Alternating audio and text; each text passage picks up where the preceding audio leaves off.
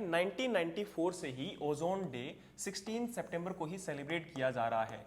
लेकिन इसका कारण क्या है? Montreal protocol. मॉन्ट्रियल प्रोटोकॉल 1987 में आता है और इसका ग्लोबल लेवल पर एक ट्रीटी कह सकते हो सभी कंट्रीज के बीच में, जिसका मेन टारगेट था कि ग्लोबल लेवल पर ग्रीन हाउस गैस के इमिशन को कट डाउन करना, जिसकी वजह से ओजोन लेयर डिप्लीट हो रही थी और जहां से यूवी रेडिएशंस के आने के कारण ग्लोबल टेम्परेचर बढ़ रहा था और एक सिंगल डिग्री सेल्सियस टेम्परेचर भी बढ़ना ओवरऑल सभी कंट्रीज के लिए नुकसानदेह था, ना कि केवल एक सिंगल कंट्री के लिए। तो इसके इमिशन को कट डाउन करने के लिए ये एक मॉन्ट्रियल प्रोटोकॉल साइन हुआ जो कि सक्सेसफुल हुआ और तब से ही इसको सेलिब्रेट किया जा रहा है ताकि इसके बारे में अवेयरनेस किया जा सके।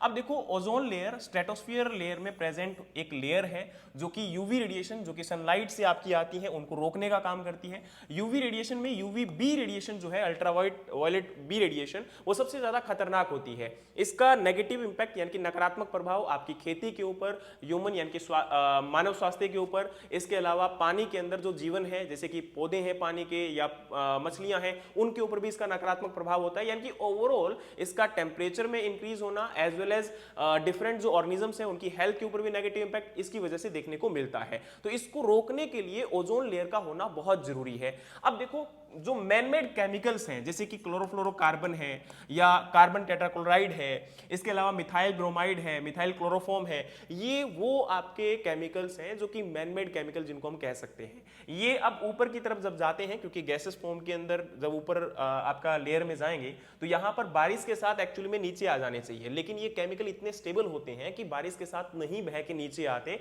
और ये स्ट्रेटोस्फीयर जोन में चले जाते हैं जहां पर हाई यूवी रेडिएशन जो है वो इनको ब्रेक डाउन कर देती हैं और यहां से क्लोरीन और आपका ब्रोमाइड ये गैसेस रिलीज होती हैं। और ये क्लोरीन और ब्रोमाइड, इनमें से एक क्लोरीन कंपाउंड लगभग 1 लाख ओजोन मॉलिक्यूल्स को ब्रेक डाउन कर सकता है, जो कि नेचुरल रिडक्शन से बहुत ज्यादा फास्ट होता है। अब सोचकर देखो कि ये इतना ज्यादा फास्ट इसको डिग्रेड करेगा तो धीरे धीरे क्या होगा? ओजोन लेयर डिप्लीट हो जाएगी। तो धीरे धीरे अब ये यूवी रेडिएशंस भी हमारे अर्थ के सरफेस पर आएगी, जिसकी वजह से क्या होगा? तापमान बढ़ेगा, टेम्परेचर बढ़ेगा, और टेम्परेचर अगर बढ़ेगा तो धीरे धीरे आपका जो नेचुरल क्लेमिटीज हैं ये भी बढ़ना स्टार्ट हो जाएंगी। तो इसको रोकने के लिए मॉन्ट्रियल संधि जो है वो आपकी साइन की गई थी और वो सक्सेसफुल भी रही। लेकिन अब यहां पर इसकी इंपॉर्टेंस को आप लोग समझ रहे होंगे। तो इसी प्रकार से हमारे एनवायरनमेंट के अंदर जितने भी ये कॉम्बिनेशंस हैं, अगर हम इनको थोड़ा सा अंडरस्टैंड करेंगे तो ये समझ जाएंगे कि इनके नुकसान को कम किया जा सकता है।